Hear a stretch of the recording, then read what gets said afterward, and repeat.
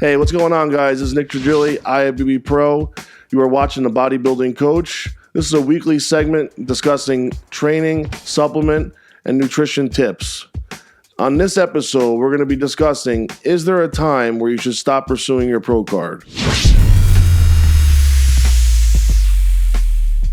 So I get asked this question, God, I lost count at this point. Nick, when should I stop doing this? Am I too old? Oh my God, my friends are making fun of me. I've done the 87 shows. I'm still not pro yet. I took last at this show. Every scenario possible. I get every scenario. I get messages, emails, I get DMs. And my answer is the same every time, no matter what the outcome that just happened is A, how bad do you want to be pro? And then B, is there anything else more important to you than turning pro at this time in your life? Okay. Those are two very relevant questions for that person to answer because A, if that's what they're focused on at that point, then that's what they should be focused on. And B, if there's nothing else more important, like, hey, you have a job, you have a roof over your head, you're paying your bills, and this is what you're focused on, then that should be what you're worried about. But if there's the reason where you should not, then what are you questioning yourself for? If this is what you guys truly love, okay? And I truly love it because I'm sitting here in front of this camera right now, doing this, speaking from my head, not from a script, okay, or a green screen or anything like that. I'm talking about bodybuilding as much as I can because I love it. This is what I like to do. I get excited to get in front of this camera and do this, okay, because I enjoy bodybuilding.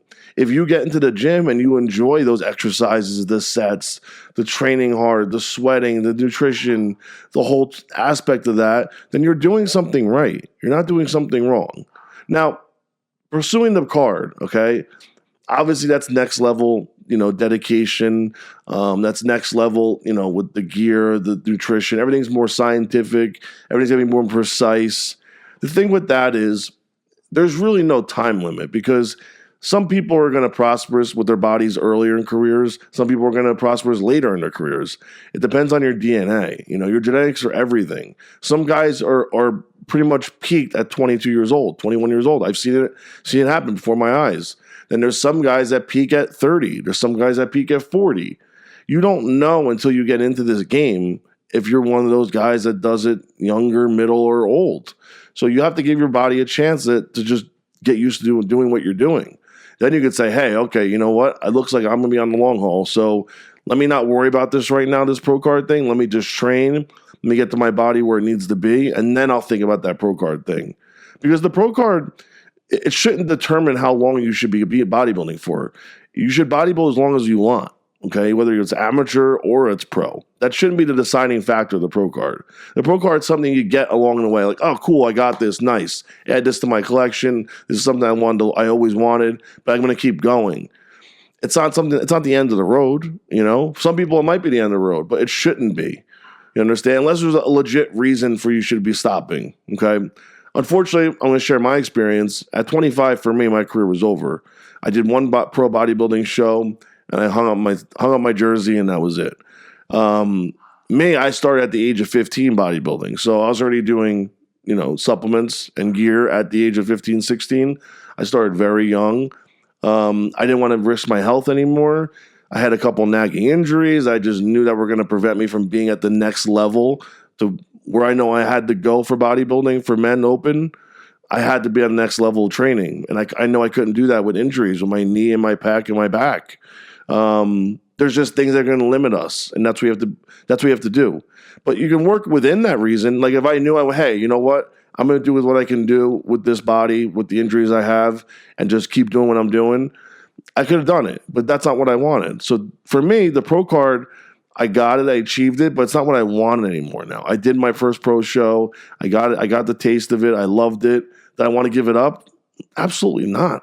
I just worked 11, 12 years to get to that point. But I was also realistic with myself. And that's what you guys have to do with yourself. Be realistic, okay? Do I have a roof over my head? Do I have a car? Do I have my bills paid? Do I have a real job? Am I losing friends and family, girlfriends, husbands, wives over bodybuilding? Then maybe you should, maybe put bodybuilding on the back burner a little bit and then figure out all that other stuff, I think if people are just, sacrificing things that should be prioritized, then maybe you should reassure yourself and get the bodybuilding stuff done with after that. But if your goal is bodybuilding, still, it should not stop. Like, you shouldn't be like, oh, that pro card's out the window now. I have to, change jobs, or oh, I'm having a kid and I'm no more pro card. No, if you want to get the pro card, you just wait a couple of years and you go get that pro card. It's still not going to be going anywhere. Bodybuilding fitness competitions is not going anywhere. It's even getting bigger by the day. So that's not the time is not is on your side for this actual event in your life. Everything else, it isn't. So that's why I tell people turn pro at 50, 60, even 70s now. But obviously that's not your ultimate goal, is 7 years old, turn pro. But I'm just saying that there is no time cap on this. This is something that you do for a marathon. It's not a sprint. You do it healthy as possible. You have longevity with it. You try to get injured as least amount as possible. And you enjoy the whole process with balance. And that's one thing I think a lot of people forget too. Like, you can still eat. You can still go to the movies. You can go to the gym. You can go to parties. You can go to wherever, vacations. You can do everything you want to do and still be an athlete. LeBron James does it. Michael Jordan did it. All these football players do it. It's no different than what we're doing. Yes, we're posing. We're not competing. Yes, we're doing different things, but it's a sport. It's something you dedicate your life to. It's a craft. So you can still have balance and do everything. You just have to have good time management. But there should be no point in your life you just say, hey, you know what? I want that so bad, but I'm going to stop. That goes with anything in life. If you really want that career, or you really want that girl or that guy, or you really want to buy that car, you shouldn't just give up. There should be nothing in your mind that says, you know what, I'm stopped. I don't deserve it. No, if you work hard enough and you earn it, you deserve to get that pro card. But nowadays, obviously, there's a lot more pro cards given out.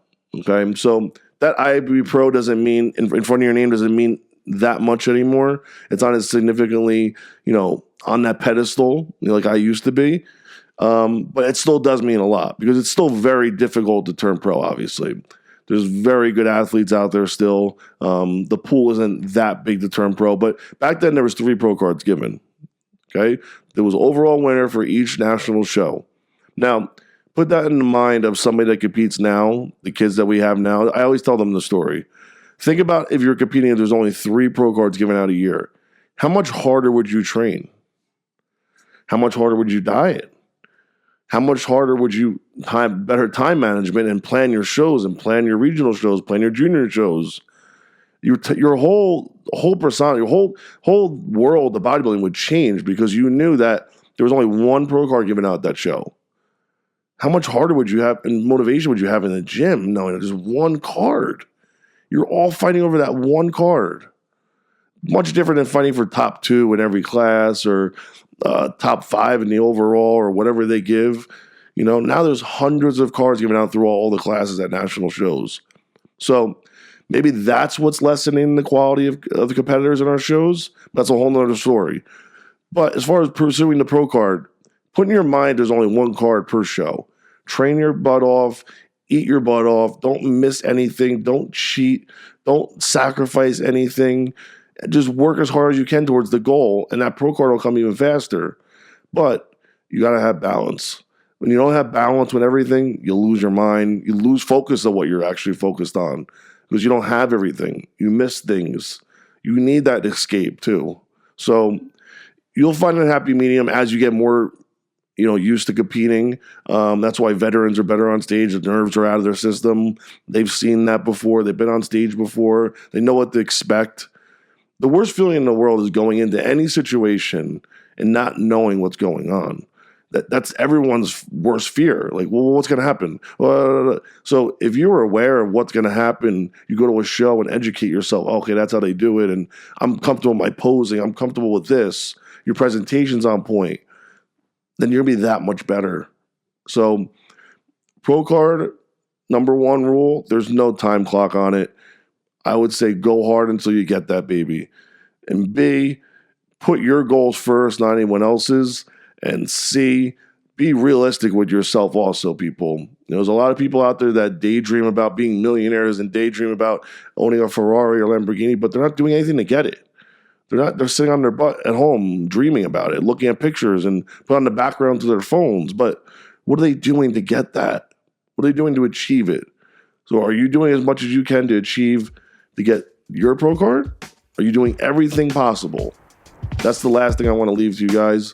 So that about wraps up this episode of The Bodybuilding Coach. Make sure you like this video and subscribe to Generation Iron. You can also follow me at Nick World Class on Instagram. And don't forget to send all your questions to info@generationiron.com and have a chance to have it answered on one of these episodes. Thanks again for watching. This is Nick Trigili, IFBB Pro, signing out.